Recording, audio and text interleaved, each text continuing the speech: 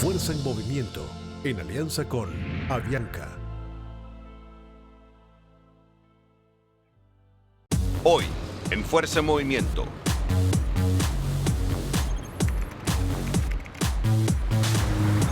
¿Cómo financiar los negocios? Las estrategias. Puedes recoger capital y hacer que tu propio patrimonio crezca. Las metas. Nuestro propósito es erradicar la exclusión financiera. Y los riesgos. La única certidumbre que tenemos es que el 60-70% de las empresas mueran. Esto es Finanzas.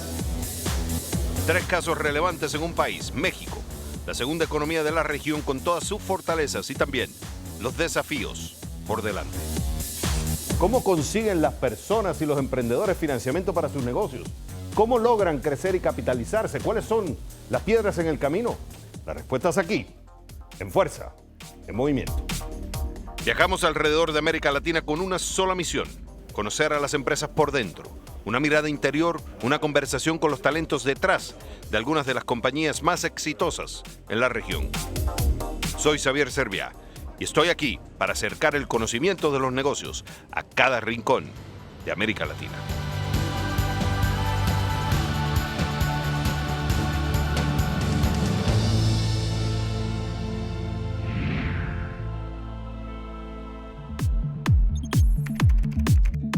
En el capítulo de hoy nos ocuparemos de 3 casos de finanzas: financiamiento a segmentos de bajos recursos, financiamiento a nuevos emprendimientos, financiamiento a través del mercado bursátil. Las finanzas se dividen principalmente en 3 áreas. Número 1, mercado de capital y dinero, que tiene que ver con el mercado bursátil e instituciones financieras. Número 2, tiene que ver con inversiones. Y número 3, administración financiera, que es el manejo financiero dentro de un negocio. Las finanzas son fundamentales porque sin captación de fondos vía inversión o crédito, no hay negocio. Para ayudarnos a encontrar los 3 importantes casos de finanzas en México, acudimos a Lorenzo Fernández Alonso, director y profesor de finanzas en el IPADE, una de las principales escuelas de negocios de América Latina. Fernández Alonso nos dijo que en el financiamiento a los segmentos de bajos recursos sobresale el caso del Banco Compartamos. Dentro del financiamiento en el segmento de bajos recursos, destaca Compartamos Banco, un banco que nace como una labor social de apoyo a microempresarios. Microempresarios que en su gran mayoría no tienen acceso al sistema financiero. Si no fuera por el apoyo que Compartamos les ha dado y les sigue dando, sería imposible tener esa labor de comercialización que hoy los hace sustentables. Dado que Compartamos tiene que ir a buscar a sus clientes, esto hace que sus costos de operación son muy altos. Costos que repercuten en altas tasas de interés que eventualmente lastiman a sus clientes. ¿Cuál es el reto que tiene Compartamos Banco? Tiene que optimizar estos costos de operación. Caso número 2, Capital Invent y el financiamiento de nuevos emprendimientos. Dentro del financiamiento a emprendedores, destaca Capital Invent, un fondo de inversiones que hace venture capital, capital de riesgo.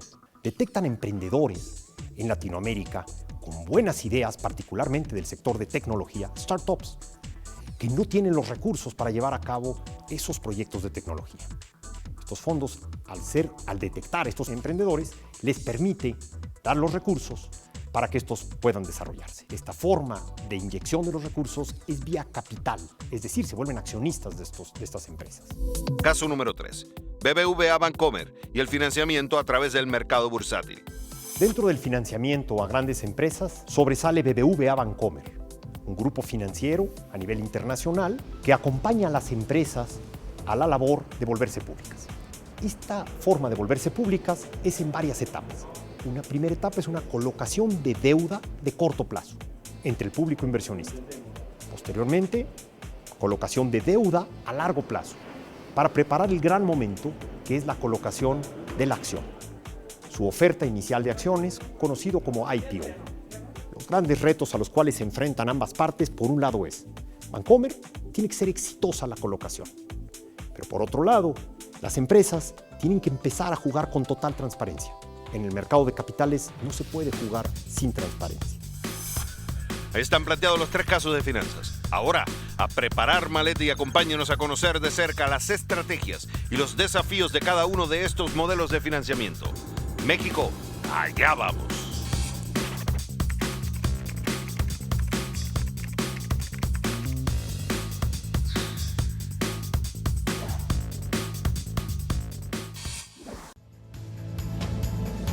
Fuerza en movimiento, en alianza con Avianca.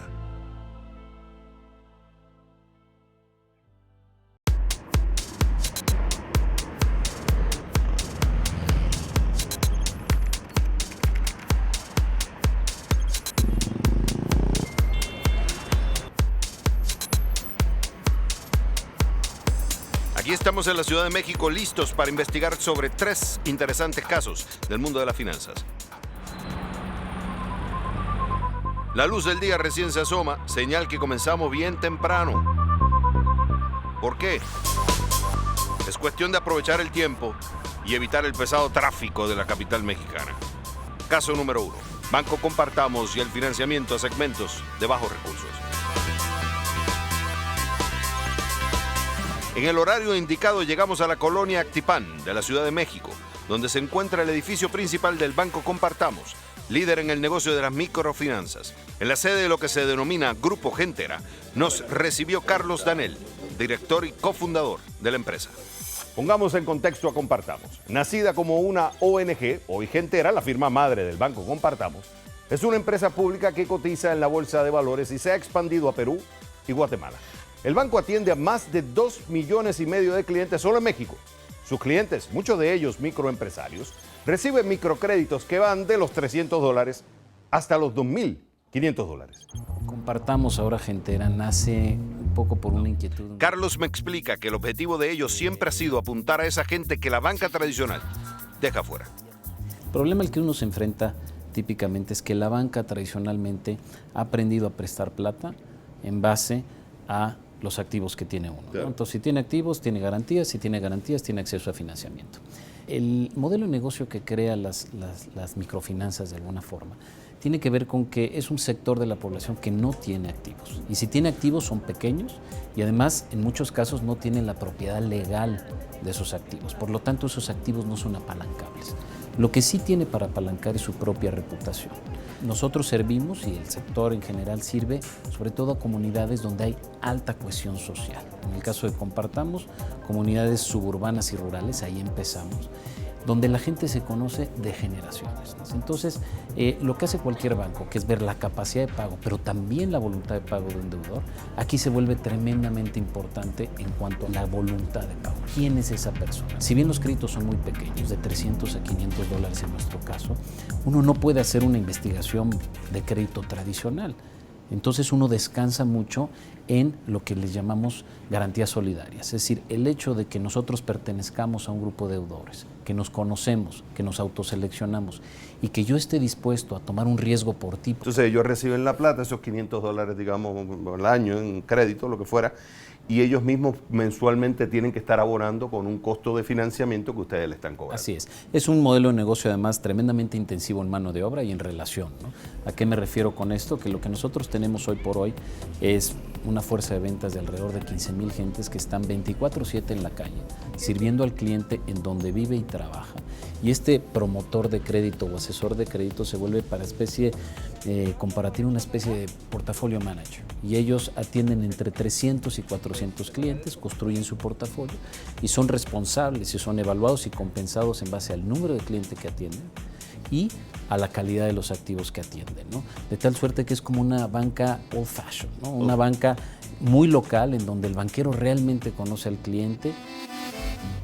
Dejamos por un momento a Danel y salimos hacia la llamada esquina de la información en el área de Reforma. Allí nos espera nuestra siguiente cita. Caso número 2. Capital Invent y el financiamiento de nuevos emprendimientos. Eberto Taracena es un emprendedor mexicano creador de empresas como Metros Cúbicos, un sitio online de clasificados de bienes raíces que vendió en el 2007. Como una evolución lógica de muchos emprendedores exitosos, Hereberto hoy administra un fondo de inversiones con sus socios Jana Bolvinic y Antonio Ocio. El capital privado, capital emprendedor, se enfoca a financiar negocios de reciente creación o en situaciones especiales que no cuentan con el tamaño, los activos o el historial operativo para acceder al financiamiento tradicional. Aquí entra uno de ellos, los Venture Capitalists. Capital Invent es un fondo de $8 millones que invierte en emprendimientos de Internet. Como la mayoría de los inversionistas de Venture Capital o capital de riesgo, Capital Invent realiza una evaluación minuciosa sobre la empresa antes de poner el dinero que piden a cambio. Un compromiso, un plan de negocios y equity o participación accionaria. Eberto nos explica cómo hacen las evaluaciones. La gran ventaja de ser tres socios es que podemos distribuir responsabilidades. Entonces lo que hemos creado es una especie de embudo donde los tres hacemos entrevistas independientes a los 30, 40 proyectos que nos llegan al mes. Esas entrevistas independientes están buscando tres cosas. Al emprendedor correcto, es un individuo que tiene que tener perseverancia, flexibilidad, capacidad de aprendizaje, ser un autodidacta. La segunda es la misión y mercado del emprendimiento. Tiene que ser una misión motivadora, tiene que ser una misión que impulse, que recree, que permita innovar, que estimule, y si tenemos química con esa misión, le ponemos palomita a este tema. Y la tercera tiene que ver con la atracción y el mercado en el que se está enfocando el emprendimiento. O sea, vemos algunas métricas, no necesariamente tienen que ser financieras. O sea, si estas métricas empiezan a despegar a tasas relevantes, crecimientos de doble o triple dígito mensual, digamos que la evaluación que hacemos cada uno de manera independiente la ponemos en un solo lugar. Si todos estamos de acuerdo, llevamos la empresa al comité de inversión y decidimos invertir en la empresa. En ese 1, 2, 3, 4 puede venir, por ejemplo, que tú digas, nosotros queremos un rendimiento, porque si vamos a invertir 500 millones de dólares, Así es. queremos un rendimiento anual por lo menos. Queremos un crecimiento. Ok, pero ¿cuánto es ese crecimiento? Ahora, lo que hacemos es, no invertimos en empresas que no nos ofrezcan, al menos en el papel, rendimientos potenciales de al menos 50% anual. Ah, ok, ahora estamos hablando. Hay un riesgo que en las estimaciones te puedes equivocar, Nos equivocamos todos. porque es muy difícil. ¿Qué otra metodología ustedes utilizan además de esas proyecciones de venta? A ver, esto es un instrumento de riesgo.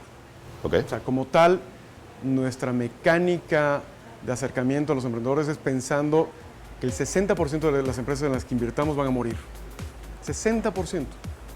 Entonces, si bien a todas les pedimos un rendimiento probable de 50% anual, la única certidumbre que tenemos, al menos en expectativa, es que el 60-70% de esas empresas mueran y que el resto, el 30%, logre objetivos. Dejemos a Eberto por un momento y vayamos ahora a otra parte de la Ciudad de México donde conoceremos de cerca el siguiente caso del mundo de las finanzas. Caso número 3. BBVA Bancomer y el financiamiento a través del mercado bursátil. Según el Sistema de Información Empresarial Mexicano, casi 7,000 medianas y grandes empresas generan el 40% del Producto Interno Bruto de México. Esas compañías son las potenciales candidatas para cotizar o emitir deuda en el mercado bursátil. El BBVA Bancomer es uno de los mayores bancos de México. Señor Jorge Rodrigo. ¿Qué tal, Javier? ¿Cómo estás? Jorge Rodrigo Núñez es el director ejecutivo de Mercados de Capital. Jorge Rodrigo se encarga de asesorar a ese tipo de empresas para comenzar a cotizar en bolsa a través de una oferta pública inicial de acciones o IPO. ¿Cuáles son los números, por ejemplo, estimados que tú puedes decir, bueno, mira, para que una empresa sea un IPO mínimo, tú tienes que cumplir con esto? En términos de IPO, lo que nosotros hemos visto es, siendo un mercado no tan desarrollado como en Estados Unidos, las ofertas óptimas están alrededor de los 300, 500 millones de dólares. Sin embargo, una empresa que pueda vender capital, que llega a un monto de 100 millones de dólares, ya puede ser algo que se revise y que el mercado pueda digerir. ¿Por qué tiene que ser 100 millones y no, por ejemplo, 5 millones? Digamos que hay capital para cada etapa de la empresa. Esta etapa yo la veo como la final, ¿no?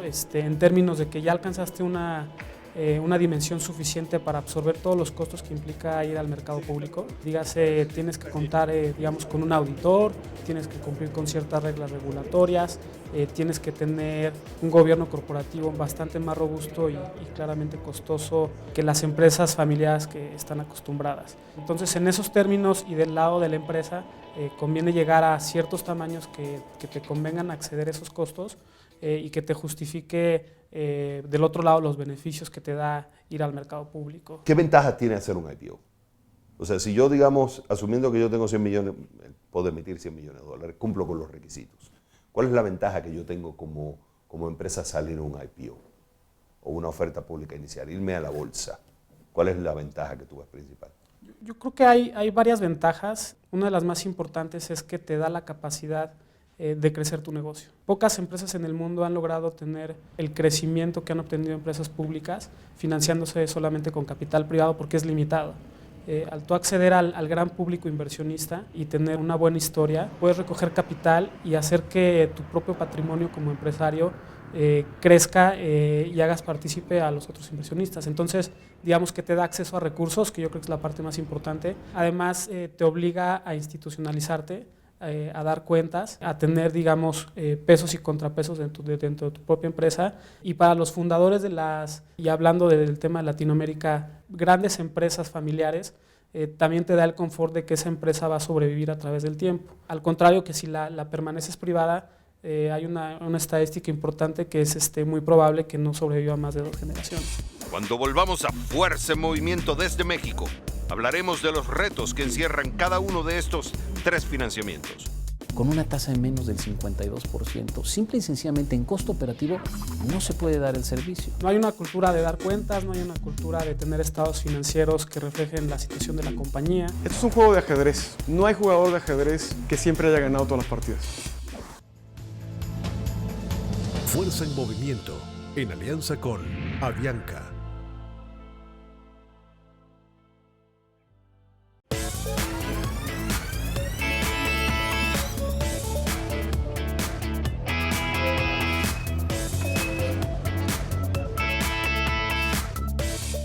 Los intereses que pagan las microempresas mexicanas en préstamos otorgados por instituciones como Compartamos son elevadas. Según el Banco de México, las tasas para créditos personales de Compartamos es de más del 72%, una de las más altas del país. Carlos Danel nos explica las razones detrás de sus costos y cuáles son sus retos. Desde el punto de vista de costos es bien sencillo. Uno, de alguna manera, si no ve el P&L de un negocio como estos, podría pensar que los costos del crédito, sobre todo, están mandados por 2 cosas. Por el riesgo, porque dice, oye, son clientes que no tienen garantías, o 2, por el costo financiero o costo de capital, es decir, el retorno a los accionistas. Sin embargo, uno se da cuenta bien rápido que prácticamente 3/4 partes del costo no son ni riesgo ni retorno al accionista, sino tiene que ver con costo operativo. Cuando uno da un crédito de $500 en un país como México, el costo operativo de hacerlo es alrededor de $260 anualmente. ¿Eso qué quiere decir? Que quiere decir que con una tasa de menos del 52%, simple y sencillamente en costo operativo no se puede dar el servicio. En un modelo que es altamente relacional y muy basado en mano de obra. Para que tú te des una idea, nosotros vemos a nuestros clientes una vez a la semana. Una vez a la semana este promotor va a visitar a sus clientes.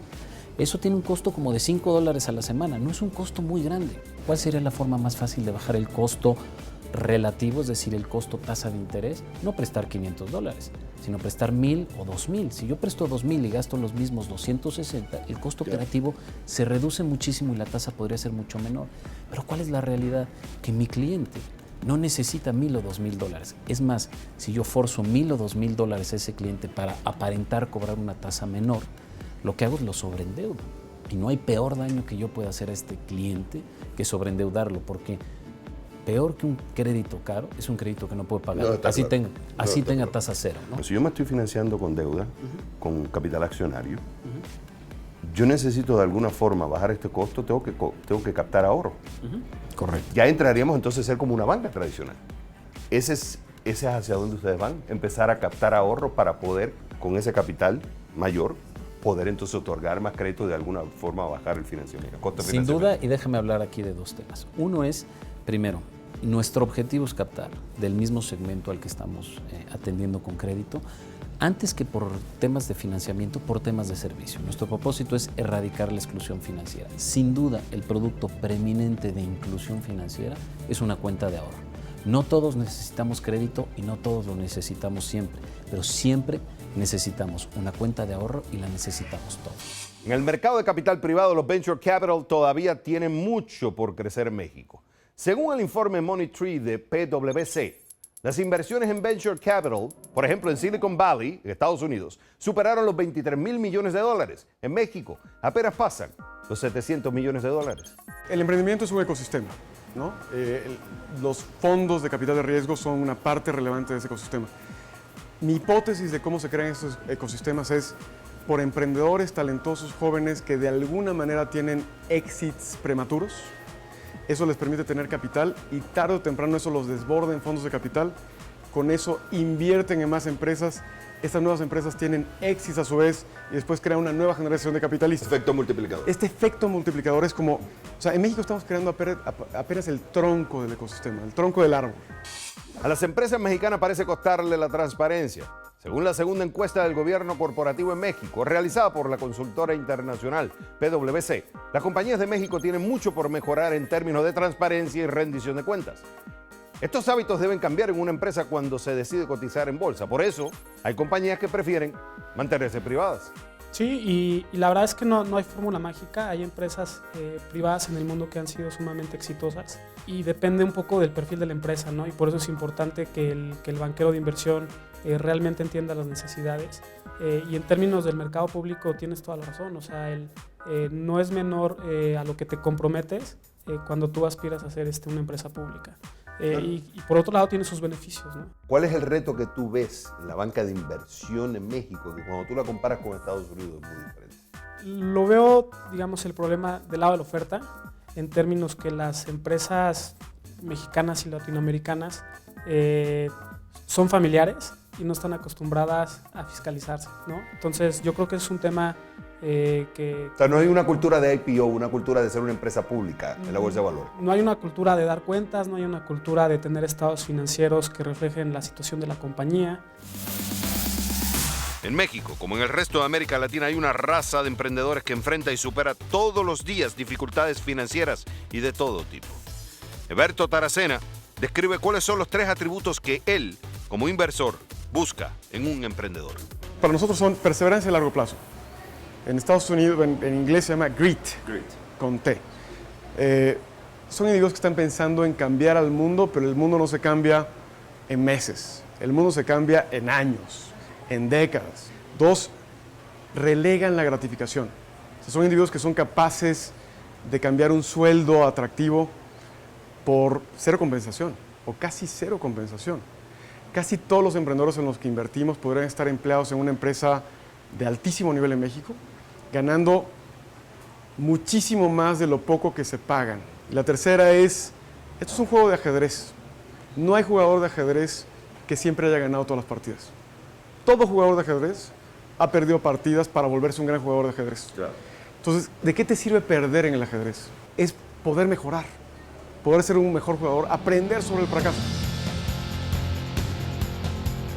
Perseverancia, relegar la gratificación, aprender de los fracasos. Con estos atributos presentes en cualquier emprendedor que se precie, llegamos al final de este recorrido por el mundo de las finanzas en México. Este, como todos los viajes, fue un nuevo aprendizaje. Otro capítulo cumplido en nuestra misión de acercar el conocimiento de los negocios a cada rincón de América Latina. Esto es Fuerza en Movimiento.